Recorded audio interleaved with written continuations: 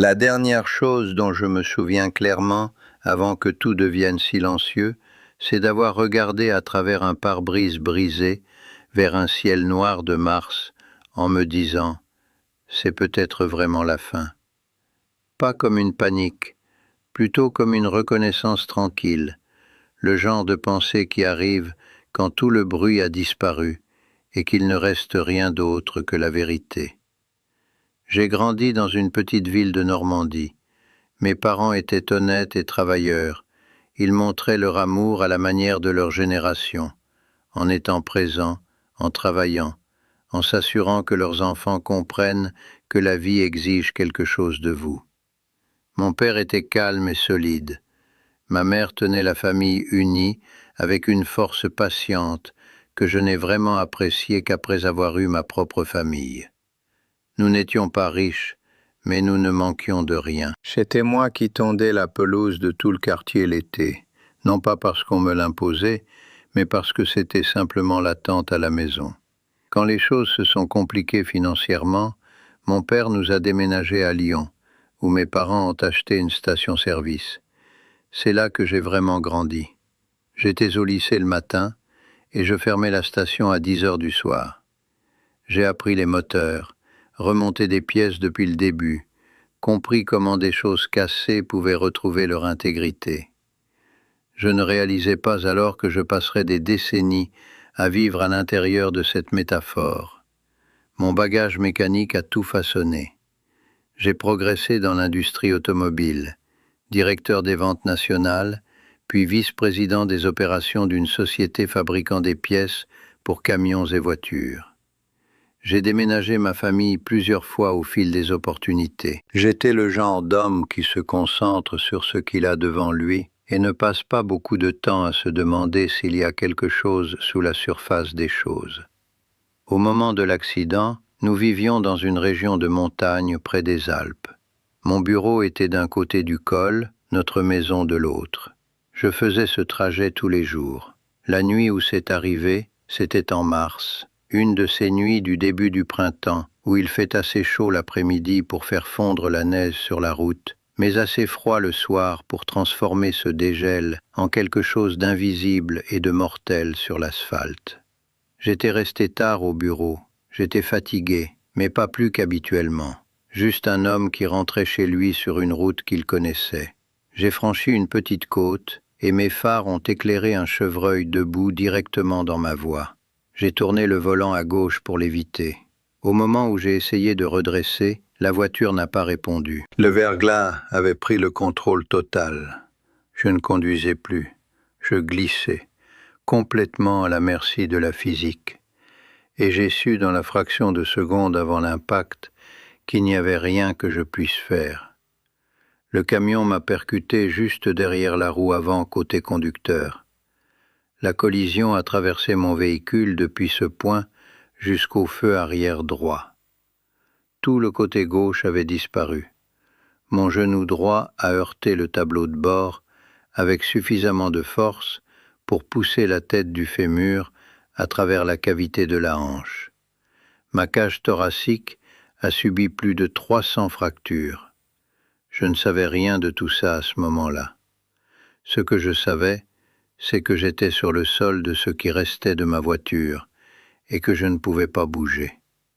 Tout mon côté gauche avait cessé de fonctionner. Et puis je l'ai senti, cet engourdissement particulier se répandant du milieu de mon dos vers le bas. Et j'ai pensé avec un calme étrange. Je vais être paralysé. Je croyais que c'était le pire qui me soit arrivé. Je ne savais pas encore que ma rate s'était gravement rompue. Je perdais mon sang sur une route de montagne dans l'obscurité et le froid. Des gens s'étaient arrêtés, j'entendais des voix. L'hôpital le plus proche était à au moins 35 minutes. Le froid était extraordinaire, le genre qui passe la peau et va droit au centre des os. J'ai commencé à trembler d'une façon qui semblait que mon corps essayait de se désintégrer. Puis la douleur est arrivée, et c'était comme rien de ce que j'avais jamais ressenti. Chaque respiration était sa propre agonie. Je sentais que je m'affaiblissais minute après minute, et je comprenais que le temps ne jouait pas en ma faveur. J'ai commencé à me demander si j'allais survivre à cette nuit. J'avais été un homme de certitude toute ma vie adulte. Je construisais des choses, je résolvais des problèmes. J'avais une femme que j'aimais, 3 jeunes enfants, et toutes les preuves visibles d'une vie qui se déroulait selon le plan. Dans toute cette vie de construction, je ne m'étais jamais vraiment assis avec la question de ce qui vient après. Mais allongé sur le sol de cette voiture détruite, perdant mon sang dans le froid, j'ai dû être honnête avec moi-même peut-être pour la première fois. Je ne savais pas. Personne qui était vivant à ce moment-là ne le savait vraiment. Mon esprit s'est apaisé. J'ai commencé à penser à moi-même comme un petit garçon. Je pouvais voir toute ma vie étalée avec une clarté étrange et douloureuse. De cet enfant en Normandie jusqu'à ce moment. Mon jour de mariage. Les visages de mes enfants quand ils sont nés. 1000 après-midi ordinaires que j'avais vécus sans comprendre qu'ils étaient des cadeaux. J'ai pensé, j'ai vécu une bonne vie.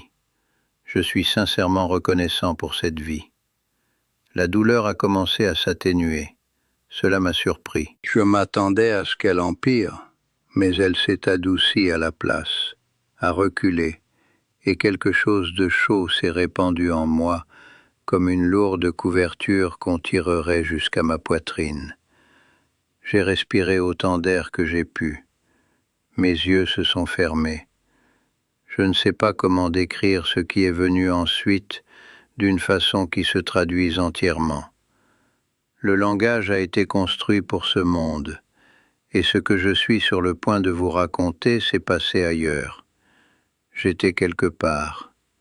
C'est la chose la plus précise que je puisse dire. Je me suis redressé, et je me tenais debout sur une surface qui semblait s'étendre dans toutes les directions sans fin. Un sol infini, sous un ciel infini. Et ce ciel était différent de tout ce que j'avais jamais vu. Il était plus vaste que n'importe quel ciel qui ait jamais existé. La Voie lactée s'étendait sur toute sa longueur avec tous ses détails brillants, des milliards d'étoiles si claires et vivantes qu'elles semblaient moins des objets dans l'espace et plus une présence, comme quelque chose de conscient que j'étais là à regarder. Puis j'ai pris conscience d'êtres au loin, un groupe d'entre eux, lumineux, irradiant une lumière blanche qui était à la fois intensément brillante et totalement confortable à regarder. Ils ne m'appelaient pas avec une voix, c'était plus précis que ça. Une idée est simplement apparue dans mon esprit, entièrement formée et claire. Viens vers nous. À l'instant où je l'ai acceptée, je me déplaçais, non pas en marchant comme on marche ici, mais sans effort, comme si l'espace entre nous se repliait. Quand je les ai rejoints, ils ont formé un cercle autour de moi. Et ils m'ont tenu d'une façon qui traversait la surface des choses, qui entrait en moi et parcourait chaque partie de moi en même temps. Ce que j'ai ressenti en ce moment, j'ai passé de nombreuses années à chercher les bons mots. Les mots n'existent pas complètement. C'était de l'amour. Mais l'amour de la façon dont un physicien parle de la gravité, pas un sentiment, une force, la substance réelle de la réalité. Je l'ai senti me remplir complètement, et j'ai compris, à un niveau qui n'avait rien à voir avec la pensée, que c'était la chose la plus puissante de l'univers, que tout, chaque chose, était fait de ça, que j'étais fait de ça. Chaque inquiétude que je portais s'est dissoute instantanément. La maison que nous vendions, le prochain changement de carrière, le déficit budgétaire, tout disparu. Non pas parce que ces choses étaient mauvaises, mais parce que de là où je me tenais, dans cette lumière, elles étaient simplement très, très petites. Et j'ai pensé, c'est réel, c'est la vraie réalité. Tout le reste n'a été que la préparation. J'ai eu l'écrasante sensation d'être rentré chez moi. Pas dans un endroit dont je me souvenais de cette vie, mais dans un endroit dont j'avais toujours su qu'il existait quelque part, sous le bruit et les années. C'était là d'où je venais, et il m'accueillait, avec une acceptation totale, sans aucun jugement, sans aucun bilan de ce que j'avais ou n'avais pas fait. J'ai compris alors que j'avais un choix, je pouvais rester. Et je veux être honnête, je l'ai envisagé. Debout dans cette lumière, tenu par ces êtres, sentant cet amour traverser tout mon être, l'idée de retourner dans un corps brisé et gelé sur une route de montagne sombre n'était pas facile à contempler. Il n'y avait pas de peur là où j'étais, pas de douleur, pas d'incertitude, pas d'épuisement de l'effort constant de vivre. Je sentais que ce qui viendrait ensuite d'ici serait plus que bien, d'une façon que mon esprit ordinaire ne pourrait jamais tout à fait atteindre. Mais alors j'ai pensé à mes enfants. 3 petits visages que j'aimais plus que je n'avais jamais trouvé de mots pour le dire. J'ai pensé à les voir grandir, à découvrir qui ils deviendraient, à la vie qui les attendait et que je n'avais pas encore vue. Et quelque chose en moi, profond, fort et insistant, a tiré. Et j'ai été propulsé en arrière. Il n'y a pas de façon plus douce de le dire. Réintégrer mon corps a été violent, froid, et plein d'une agonie que je n'avais pas ressentie, même avant de perdre conscience. C'était comme me presser de nouveau dans quelque chose de trop petit et trop endommagé pour me contenir. Et toute la douleur qui s'était atténuée est revenue d'un coup en rugissant. Je m'entendais crier.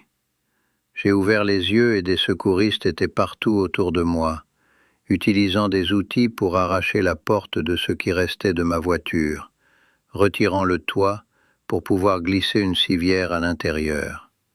Chaque mouvement qu'ils faisaient envoyait des ondes de choc à travers moi. Ils m'ont mis dans une ambulance et nous avons descendu la montagne. Ce que j'ai appris par la suite était remarquable. Ce petit hôpital local avait programmé sa toute première réunion d'équipe de trauma pour exactement cette nuit-là. Chaque médecin de l'équipe était déjà dans le bâtiment quand l'appel est arrivé. Ils sont tous sortis pour m'accueillir. J'avais 3% de chance de survivre à la nuit. 3%. Et ces médecins sont restés et ont travaillé sur moi pendant de nombreuses heures. C'étaient des personnes extraordinaires et je n'ai jamais cessé de leur être reconnaissant. J'en ai réchappé. Mais l'homme qui est rentré chez lui n'était pas tout à fait le même que celui qui avait conduit sur cette route. Ma femme l'a remarqué presque immédiatement, mes enfants aussi. Je suis devenu végétarien. J'ai changé ma façon de parler aux gens. L'urgence incessante qui avait animé ma vie professionnelle s'est adoucie en quelque chose de plus présent et de plus délibéré. J'ai commencé à travailler sur moi-même de l'intérieur vers l'extérieur. Ce n'est que des années plus tard, quand je suis retourné à l'université et que quelqu'un a montré un documentaire sur les expériences de mort imminente, que j'ai enfin eu un nom pour ce qui m'était arrivé. J'avais cru être seul. Je ne l'étais pas. Le soulagement de ça était quelque chose dont je ne savais pas avoir besoin. J'ai commencé à lire tout ce que je pouvais trouver. J'ai étudié l'islam, le soufisme, le bouddhisme. Nous avons déménagé dans une ville où il y avait une riche communauté spirituelle, professeurs bouddhistes, centres de méditation, gens qui avaient passé leur vie à explorer exactement les questions que je commençais à peine à me poser. J'ai appris à rester tranquille, à écouter autrement. Et lentement, imparfaitement, j'en suis venu à comprendre quelque chose que je n'aurais pas pu dire avant cette nuit sur la montagne. Dieu n'est pas ailleurs. Dieu est dans tout. Dans la montagne et dans la glace, et dans le chevreuil devant mes phares, et dans le camion qui m'a percuté, et dans le chirurgien qui m'a maintenu en vie. Dieu est dans l'amour pour nos enfants, et dans la difficulté d'un après-midi ordinaire, dans le deuil qui nous ouvre, et dans l'obscurité qui rend la lumière visible. Tout ça, chaque petite partie. Nous ne sommes pas séparés les uns des autres. Ce qui ressemble à une séparation n'est que la vision limitée depuis l'intérieur d'un corps, d'une vie. Mais sous tout ça, sous la peur, la lutte et la solitude, il y a quelque chose qui ne change pas, quelque chose qui vous aime complètement et ne s'est jamais arrêté. Je le sais, j'y étais. La lutte n'est pas une erreur, c'est le but. L'obscurité est ce qui rend la lumière visible. La difficulté est ce qui donne du poids aux bonnes choses. On ne peut pas connaître la chaleur sans connaître le froid. On ne peut pas connaître l'amour sans connaître la perte. Embrassez cette vie avec tout ce que vous avez, sachant qu'elle n'est pas tout ce qui existe, mais sachant aussi que c'est quelque chose d'extraordinaire et d'irremplaçable. Je suis mort sur une route de montagne en mars, et je suis revenu, et je suis reconnaissant pour les deux, pour l'endroit que j'ai trouvé quand je suis parti, et pour la vie qu'on m'a rendue quand j'ai choisi de revenir. Parce que maintenant je sais avec une certitude absolue, nous ne mourrons jamais vraiment, nous rentrons à la maison. Et cette maison est remplie d'un amour si complet qu'il n'y a pas de mots dans aucune langue assez grand pour le contenir. Mais pour l'instant, pendant que nous sommes ici, il y a cette vie, il y a les uns et les autres, et c'est plus que suffisant.